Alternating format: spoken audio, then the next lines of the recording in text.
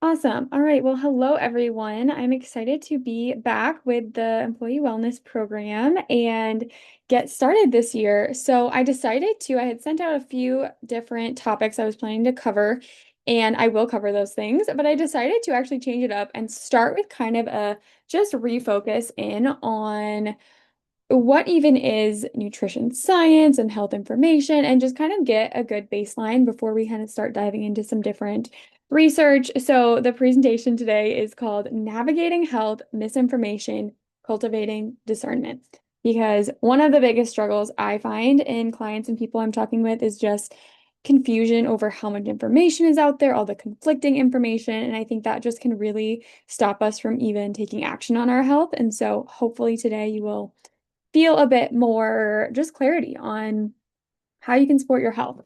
So I want to start with this disclosure that I am a registered dietitian, right? I own a private practice called Unfiltered Nourishment, as well as doing some other different work. Like that's where I got connected with Keokuk County Hospital and all of you guys. And so I, in my practice, focus on one-on-one coaching mostly. I do a little bit of group stuff. I do course talk a lot about food and mindset and fitness, and have more recently added in a little bit more somatic healing work. So I'll talk a little more about what that's about and how it connects to stress, a really common struggle, in some of my future presentations. I also own, this is a newer endeavor, a company called Legacy Pharmaceuticals, where I can provide GLP-1s. So again, I want to touch on that topic. I think it's a really common topic. I get a lot of questions about GLP-1s. And then also, as a dietitian, I can, of course, market supplements and products that I use myself, use with clients. I can receive commissions in some of these. So I think it's always just so important to know who you are getting information from. That's what we're going to talk a lot about, and who is potentially profiting off of that, why that is, and how you feel about that, right? Um, and so everything that I promote and share, whether it's in presentation, social media, and my business, are things that I have studied, do believe in, and also as a dietitian, which I'll talk a bit more about, have a requirement to maintain a certain level of um, credibility, I guess you could say, right? I have to do continuing education. I have an actual licensure process through the state, which is a little bit different than other maybe health coaches and professionals out there. Some of them are still great and awesome. But I think that's important to know, is that if I am sharing so-and-so misinformation and things that are not, that can harm human health, I can lose my license, I can lose my career path, right? So I have that I need to be mindful of course. And so no direct medical advice, as you guys know, can be given in a group setting like this. So throughout my upcoming calls, these will all be for educational purposes, but you are more than welcome to schedule a phone call with me, with anyone in the employee wellness program. I'm happy to do some coaching calls. It might look a little different than my one-on-one program, but it would be wonderful to schedule those. So just reach out to me through email. Okay, so again, I am a dietitian, integrative, functional. We'll talk more about kind of what that means and how I'm different than a nutritionist. I have about 4 years of experience working actually one-on-one with clients. So I've worked in long-term care, and I've worked in a WIC setting, which I would consider to be a little bit different, but do have experience again working with people like you, people who are focused on just overall health, on healthy aging, on weight loss, on fertility, on gut health, those types of things. And then I have some additional certifications and ongoing training that I love to pursue. Also, as you guys can probably tell, I just love to learn. I love to share things that I learn. And so that's just that's why I'm in this field. And so if you go on my website, these are going to be my vision and mission statements, pretty similar to that. And so all of these things, again, will be informing what I talk about and the lens that I am coming from. I believe that when we know better, we do better, and that when we have good information, we are able to make better choices about our body and our health. I believe in the mind-body connection being really important, mind-body-spirit connection, actually. I think metabolic health is really important when it comes to a healthy approach to exercise and fat loss. And I'm not a huge fan of diet culture, but I think that term in itself can be kind of general. So, okay, one more thing about me before we are not going to talk anymore about me. So, another reason I am so passionate about health is because I love to travel and go on adventures. And I just got back to the Midwest actually from a winter of going out to Arizona and Utah. My boyfriend and I were able to find a short-term lease there and we both work remotely. So, that was really, really fun. And I think, again, it's just the reason I'm so passionate about helping people become healthy is because not just the aesthetic, not just the appearances we have, but so that we can live a fun, adventurous life, right? I am all about balance and about doing things that you enjoy and being able to do that for as long as possible. So, yeah, super, super fun experience. Learned how to ski, kind of terrifying, but got a lot better throughout the 8 weeks that we were there. Okay, looks like we're good on the waiting room. Just want to make sure I'm not missing anyone. Okay, so these are the things we're going to cover today. I'm going to try to keep it pretty brief. We got about 12 more slides, but please don't hesitate to turn on your mic and ask a question. I'll have time for Q&A at the end as well. Okay, so I love this graph from Alex Hormozy, who is actually a business and kind of entrepreneurial type of coach.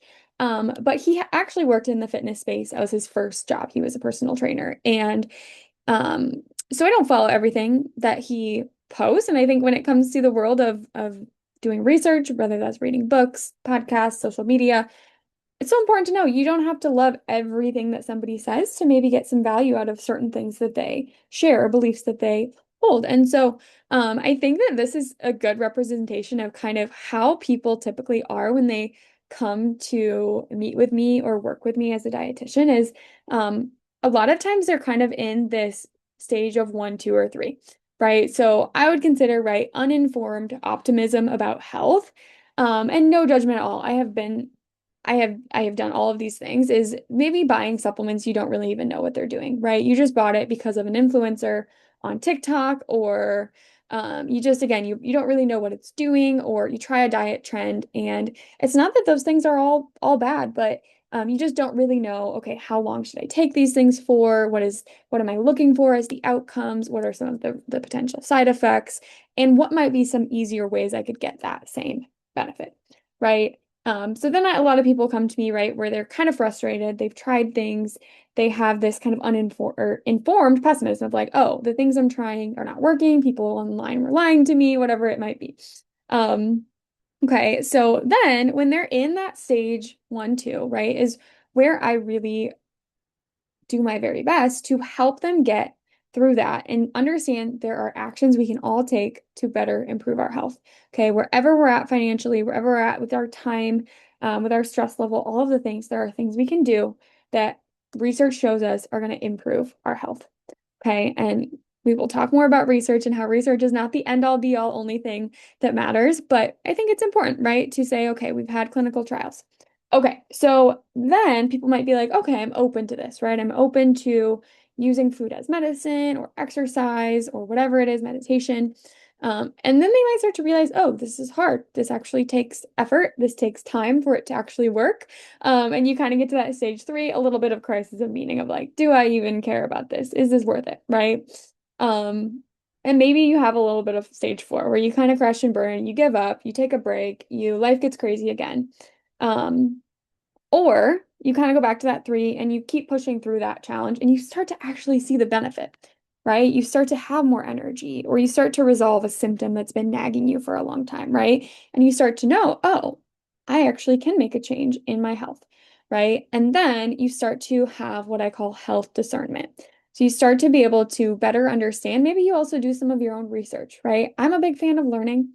I do think there's a point where you can overconsume information, but different books I've read have been a big reason I've stayed so passionate about this stuff is because I've read, I've learned, and I've been able to try things in my own life. Okay. So when it comes to all of this, I think that is one of the key takeaways you're going to have today is taking action is the best thing you can do because you will learn. You will learn if it's helping you, and if it's not, right? If it's really worth your time, money, or energy. Okay. So that's really the end goal for all of my clients is that I feel like they are doing the foundational things that we'll talk about to the best of their ability, and they have this health discernment where they feel like they can advocate for themselves. They can understand what might be better options to follow compared to what might be more myths and what might be just not right for them. Okay, so what really is health misinformation? I wanted to actually define this and share a few things. So, anything that is false, inaccurate, or misleading according to the current evidence that is available, right? So, current research in nutrition and health, right? The best top tier research is going to be on humans. Humans are actually pretty tricky to study because we have a lot going on. When it comes to diet, right?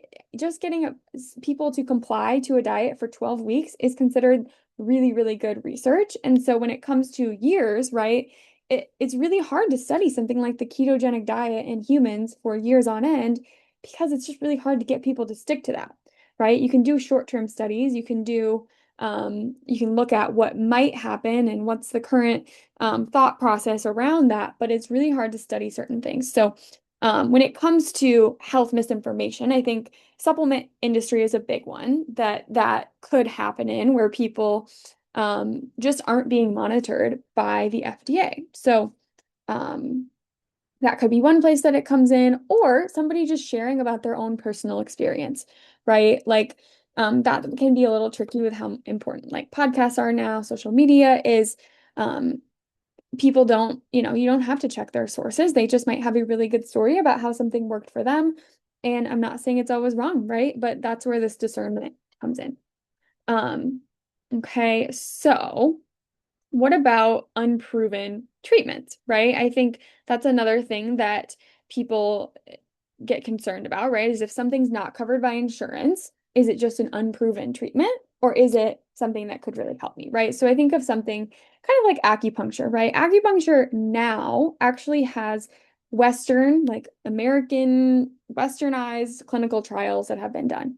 I don't know exactly what year those started to be done, right? But probably 80 years ago, there were none of them, right? But people in the Eastern cultures have been using acupuncture to heal a lot of different conditions, or at least support them for thousands of years, right? And so I was at a conference once that was more of a natural health type of a conference in Iowa, and I remember hearing this acupuncturist who owns one of the biggest clinics here in Des Moines that does acupuncture saying, just he was like, I don't need a clinical trial to tell me about different herbs or acupuncture working, right? I've seen it. Okay. So I think that's where it can be a little challenging to know is what is truly something that has just worked and clinicians have seen it work in my field of nutrition or alternative medicine versus what truly is just unproven and does not work.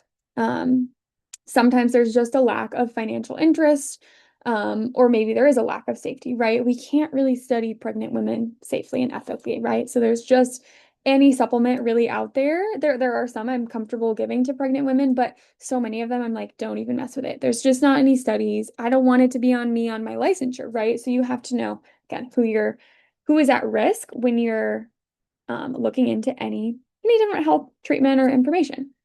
Does anyone have questions so far, or is this all making sense? Put a thumbs up in the chat if this is making sense, if you can, or a yes. Or if you have any unproven or misleading, inaccurate information that you want me to go over during our call, let me know. But I'm gonna keep rolling. Okay. So, I need to move the chat here. It's in my okay.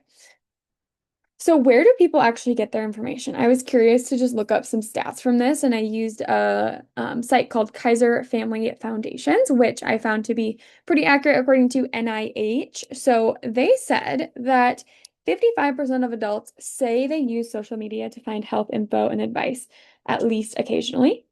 72% of people say that they have seen info about weight loss, diet, or nutrition online. I would agree with that. 58% of people say they've seen info about mental health online. Less than 50% of people say they find most or some of the information online trustworthy. So that's kind of interesting, right? People are consuming it, but they're not really sure if they can trust it. So I think that can get confusing. 61% say health influencers are mostly motivated by their own financial interests, while 39% say health influencers are mostly motivated by serving the public interest. I'm not saying either way what's right or wrong, just interesting stats. And then 11% of people say they use online sites or apps to get health information at least once a week. I know for me, if some of you maybe know more of my story from last year's calls, but I really was struggling with PCOS and with some period issues and acne and some things that I kind of still do struggle with, but have gotten better. And I did really use a lot of information online from naturopathic doctors, from dietitians, people that wrote books, and found it really, really helpful. But I know that a lot of people feel like that's not the path to go, right? That they want to make sure they're actually getting advice from a medical provider, which I do encourage you to do. So I think again, it's just a interesting conversation of where should we get our health information. Okay, so when we're thinking about information online, right, I do think it's really important to look at how is that individual trained.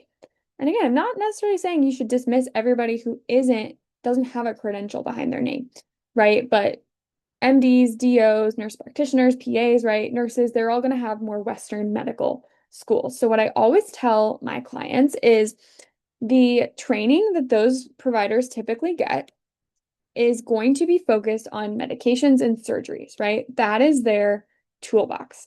Okay, so a lot of my clients get really frustrated that they're not getting some of the information about how to naturally heal their whatever symptom, right? How to use vitamins or how to use herbs or how to sleep better or these types of things. And I just have to remind them that that's not exactly how they were trained. It's not that they don't have awareness of this. And again, some people do continuing ed or do fellowships or other things. Um, but just don't go to those people necessarily expecting that, right? That is really where dietitians do play a really big role. We go through an undergraduate program. They actually just started requiring a master's degree in 2024, and we do 1,000 hours of supervised practice. Now, this is not all in the stuff that I talk about, right? Again, I did additional learning, but it does prepare us to talk a lot more about food, about supplements, and about lifestyle, right? So, dietitians are well trusted by the public and are the people that again should be talking about those things with a little more kind of skin in the game because again we can lose our licensure if we are sharing health misinformation. And so there is a difference, right, between dietitian's credentials and a nutritionist. This is a common question I get, is are you a nutritionist? And a lot of dietitians will call themselves a dietitian nutritionist because the word just makes sense. People, I think that that term is actually better because I love the term nutrition. I don't love the term diet, right? That usually triggers people to think, oh, you're going to put me on a really strict diet, right? Which is not what I do. But nutritionists do not have really any state regulation. There are some states that have a little bit more than others. They have like a nutrition specialist certification that's, I think, kind of more run by the state. But just so you're aware, right, their nutritionist really doesn't actually mean anything. Anybody can go get a 2-day certification and call themselves a nutritionist or just say it, right? Nobody's going to go say, I'm a dietitian if they're not actually a dietitian because they can get in a lot of trouble for that. Same with a personal trainer, right? I have an exercise science degree and I do call myself a personal trainer because I can back it with that and with the experience. There are plenty of certifications out there too. But personal trainers are not really as meant to do what is called like medical nutrition therapy. They are more meant to be doing nutrition education, which is something a lot of them are really great at. And then chiropractors too. They have a licensure process. They have a specific schooling process where they can order different lab work. Actually, they can many of them talk about supplements, but their training is typically a little bit more self-study, it seems, and other certifications. So, and then supplement reps. I think that's something I've learned a lot more about in my time as private practice. My boyfriend actually also works in the supplement industry. He sells supplement ingredients. So I've learned a lot more about the kind of back end side of supplements. It's very, very interesting, right? But people who are making supplements or selling ingredients that go in supplements, right?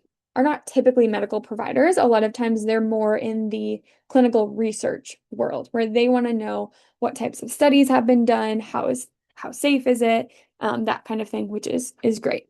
Um, so yeah, that's is kind of important to know about supplements is that um, they do have some regulation, right? The brands that you're seeing in bigger stores, things that are sold in Walmart and um, yeah, just like bigger stores, Walgreens, GNC, like they're the bigger the store and the bigger the brand, in my mind, the more safety studies are probably being done.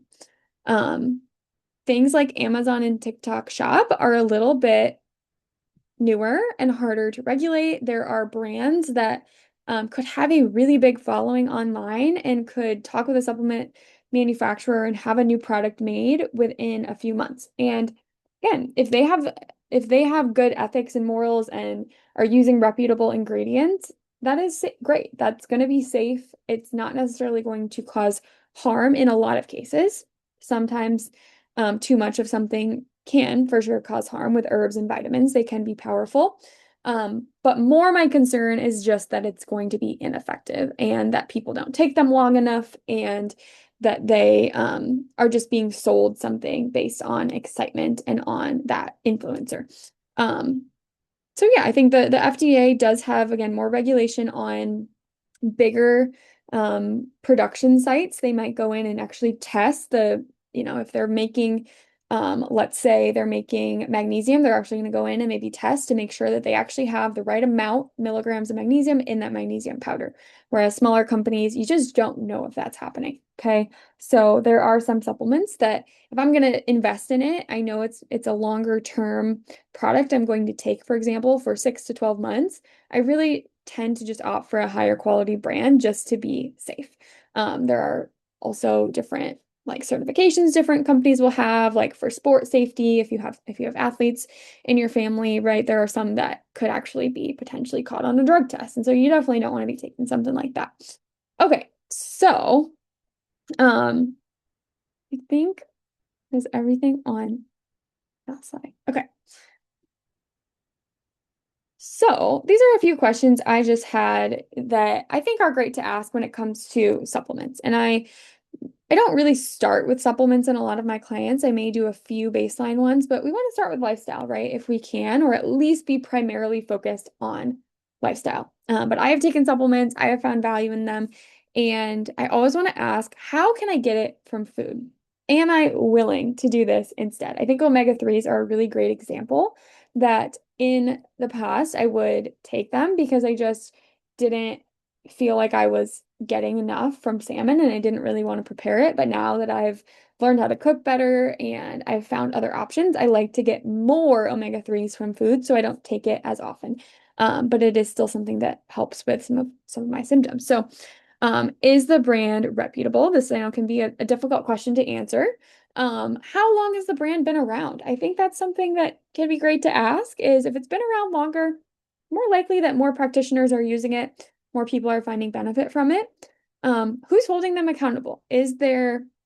Are they selling to a lot of medical providers? So, for example, I use FullScript. It's a dispensary that practitioners can get an account with, like myself, and we can then recommend supplements to our clients through that company. Okay. So, any of the brands in there tend to be pretty darn reputable and they've been around for a long time and they're selling to providers.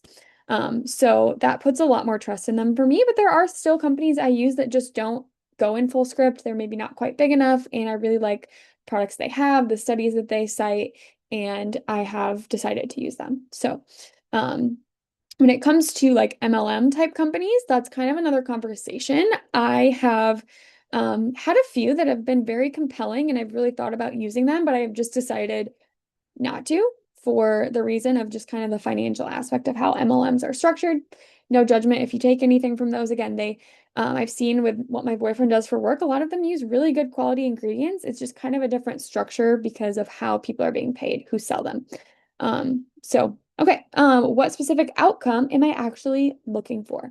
I think that anything you're going to take should be taken, same with a habit, should be done for 3 12 months, 3 to 12 months, right? Three would be the very minimum. Okay. If you can take that consistently, and let's say you're looking for less bloating, or you're looking for um, more um, you're looking for less bloating or less acne, right? I think those are like two things that are pretty easy to detect. You could make a little chart and you could track, right? When it comes to more energy, that's a tough one, right? That's a little bit subjective. You might be able to notice, you could give yourself a little score, but that can be a tough one. When it comes to blood work, that's why I like blood work a lot, is that we can actually say, okay, if these markers on my blood work improve, then this protocol is successful and I may continue it longer. So, yeah, I think that's obviously weight is one that a lot of people will look at, but that's not always going to be the first thing that changes, right? We want overall digestion and energy and sleep and other things first. So we'll come back to a bit of what the foundational things I'm looking at are. Um, and so one other thing I want to point out that has always just really resonated for me is this understanding of how women are studied, right? I work with a lot of women and we have a lot of more non-specific symptoms that oftentimes get really dismissed. They either um, kind of get people get told that the symptoms might just be in their head, that their blood work looks normal and there's nothing that we can do about it, or just to go lose weight and that's the best option, or just to go take birth control and that'll fix things, right? All these different ways that symptoms like anxiety and fatigue and bloating and things can just kind of be ignored. And those are important red flags.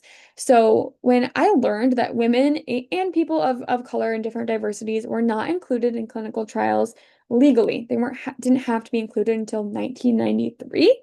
I was like, oh wow, that is very recent and just tells me that there might be a lot of solutions out there that just haven't fully been studied yet.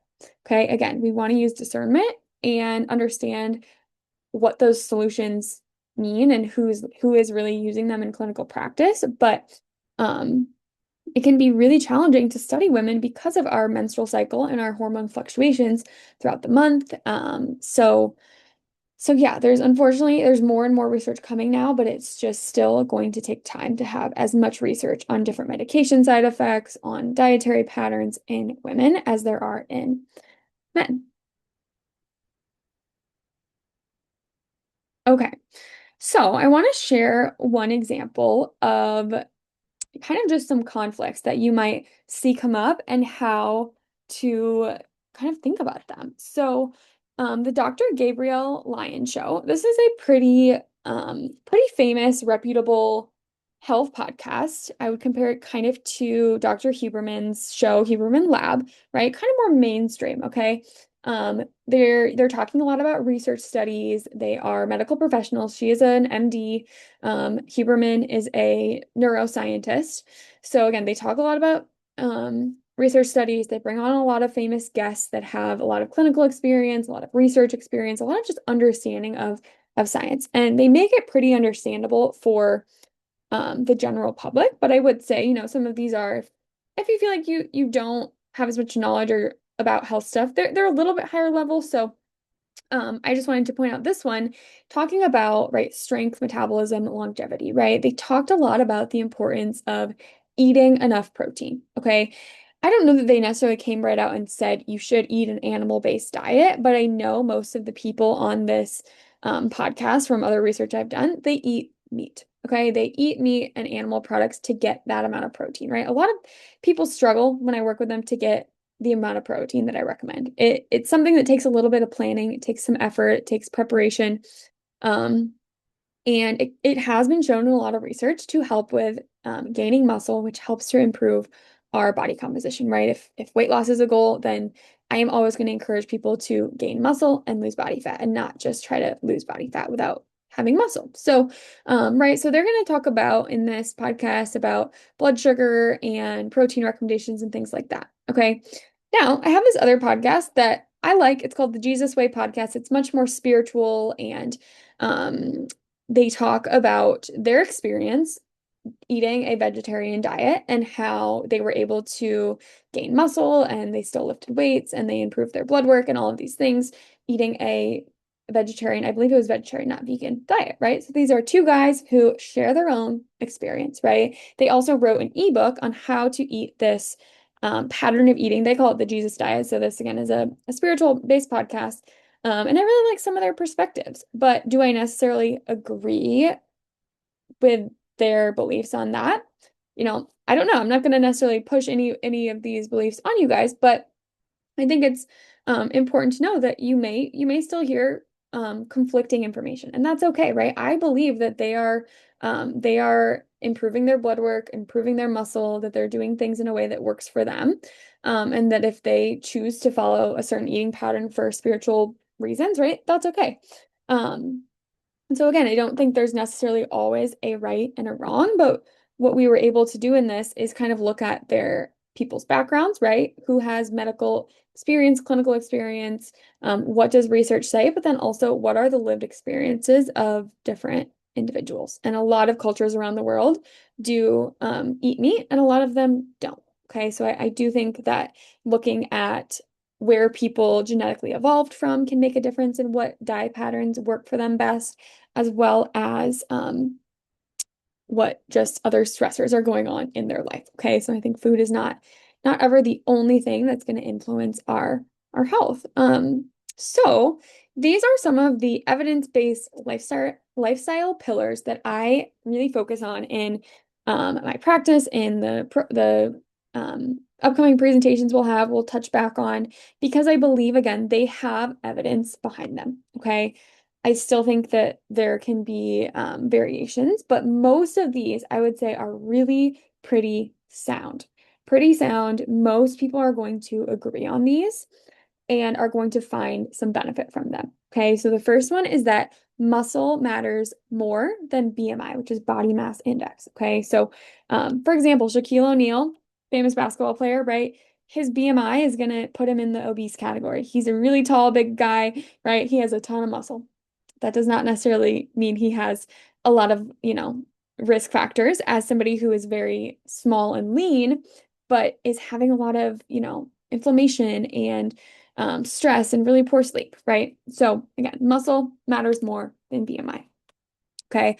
Calorie deficits can lead to weight loss, but don't always. Okay. So calories, I believe, do make a difference. Calories are a way that we measure the energy of food. So a lot of individuals who will do some food tracking, right? Or who looking at food labels, right? We want to know how many calories did we have according to our body size, our age, and our activity level. But again, they don't always automatically lead to weight loss. If we are not getting enough protein, we have a lot of stress, those are two of the main things I see that impact people's success. We're not exercising, right? Things like that. We're not going to lose weight in the healthiest possible way. Okay, this is where that GLP-1 conversation comes in and how to use these in the healthiest way. Okay, the next one is fiber. The fiber is a component of plant-based foods. Okay, so anything that comes from an animal, right? Meat, dairy, milk and cheese and yogurt, eggs is not going to have fiber in it. Okay. Anything that comes from a plant, so grains like oats and brown rice, beans, fruits and vegetables, right? Nuts and seeds, they are all going to have some fiber component to them. So pretty much all studies find that fiber helps to decrease all-cause mortality, right? Risk of death, and helps to support our inflammation levels. It helps with weight loss. It helps with blood sugar control. It helps you to feel full with your meals, which is a really big component. It also a lot of our fiber foods, not all of them, but fruits and veggies especially, they have water in them and minerals in them, so they help to naturally hydrate us. Two, I don't actually have water intake on here because I think that most people across the board that I work with do pretty well with their hydration, but that is definitely one of them. We do need water. We need a certain level of hydration in our body. And again, fiber can help you to better hydrate too. So 25 grams a day for women and 35 grams a day for men is the recommended amount. And I, for a long time, was much more plant-based. And so I felt like, oh, I'm probably getting enough. And once I started eating more protein, I realized I actually didn't quite have as much fiber in my diet. And so for me, I still do eat a lot of plant-based foods. I love those foods. But I have found that a fiber supplement just kind of simplifies my life a little bit and helps me to get that in. So I do know some that have about 15 grams. It's kind of like a protein supplement. If you're struggling to get it from food, I do think the supplement can have that benefit of it's simple. You can use it when you travel, when you're rushed, and you can use it to kind of fill that gap in. Okay, the next one is that good sleep improves quite literally everything, right? I've had many clients who, once they start sleeping an extra hour, everything starts to improve. Um, all of their symptoms that they were using medications for or supplements for get better. I'm not saying they necessarily stop doing those treatments, but things start to improve. If we treat sleep apnea, that's another commonly missed diagnosis that can really improve a lot of things. So sleep is very important. I do work with many shift workers and people too that don't have or new parents that can't get good sleep. There's a lot of things you can do to mitigate risks, but when we can get good sleep, let's do it. The next one is that cardiovascular exercise. So that would be things that get your heart rate up, like walking, stair stepping, swimming, running, dancing, are good for the mind and the heart, cardiovascular system for sure. They help you to, right after doing those things, you just feel good. You feel more relaxed. You might feel energized. You might get a runner's high. Um, you might just feel like you've processed some thoughts. I don't know about you guys, but I think a lot better when I'm on a walk. But they are not the most effective for body recomposition. Okay, so if we're trying to gain muscle and lose body fat, cardiovascular exercise is not the most effective. I do believe we should do both strength and cardio, but I still see this myth out there that people think just running will help them get leaner, and it might, but I'm just saying it's not the most effective. Okay, we want to have muscle underneath so that we look lean, but also muscle just provides a lot of long-term health benefits for aging, like balance and metabolism and a lot of things. So again, you can be inflamed and fit, meaning you can have really bad blood work, a lot of symptoms going on, and you're still kind of fit. I've seen this in people that actually do too much exercise. So for me, it's about balance and kind of personalizing the plan to that person. So same with mental well-being. Not going to go super far into that today at all, but meditation is one of those habits that I think is pretty universally beneficial, or just mindfulness. Okay.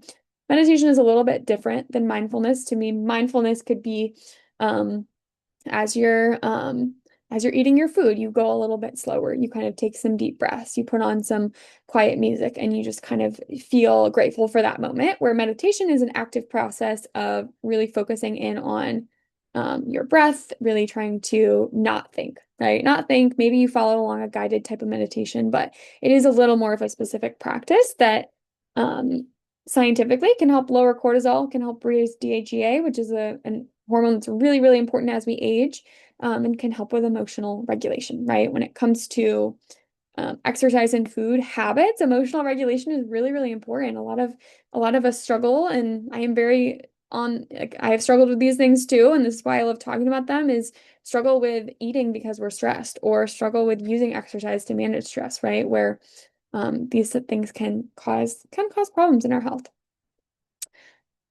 Okay, so we are all bio-individual, right? That means that each person has unique nutritional needs, genetic makeup, environmental exposures, and health history.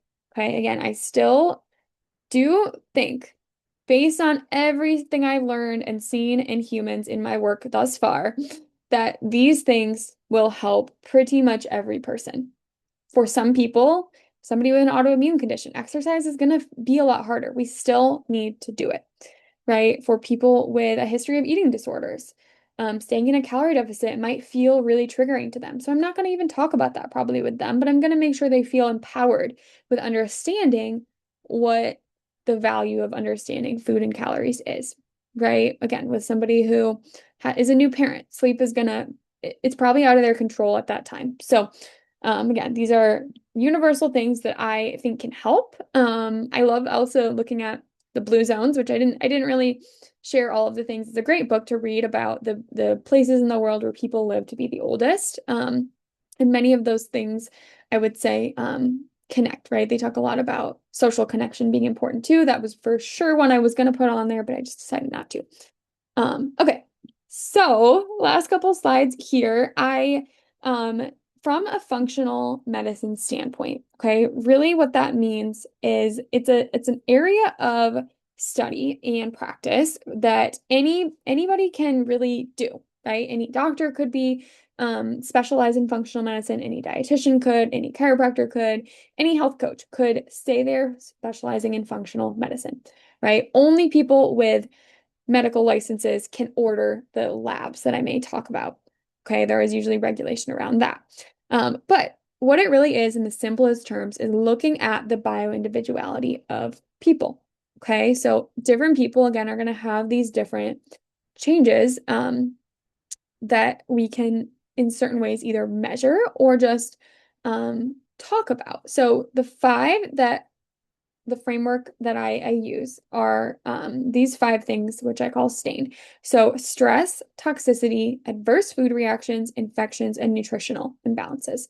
Okay, so only after, and some of my clients, we do start the supplements, maybe day one, we start a couple, but the goal is only after doing these things, then we're going to look at STAIN and look deeper at what is your bioindividuality telling us, right? Do you struggle more with detoxing heavy metals than somebody else? Or do you have a really big vitamin D deficiency? Do you have, right? And that's kind of a different one. That one's really, really common, but a magnesium deficiency. So I really think that all these things, they help to regulate the body in ways that will heal the problems with STAIN. But if we are doing those things to our best of our ability, then I love to look deeper at different labs that can tell me more information or different supplements that can help. So it's a both situation, not either or, but most people want to start with the lifestyle things too, because again, they're going to be um, oftentimes free or low cost things to do. Okay, well, that is all I have for today. Like I said, I've got some exciting, more research-driven topics coming up around metabolic health and GLP-1s and quantum healing and some of those topics I had sent out. But if you guys have a specific topic that you're like, hey, hold up, I have no idea what this is, please talk about it. I would love to do any of those. If you want to email me about anything or set up a call, that is my email. You can also find like my blogs and things on my website. And then our next call I'm going to have scheduled, I'll send out is Tuesday, April 14th at 12 o'clock. Yeah, thanks everyone for joining today. Have a lovely rest of your Tuesday.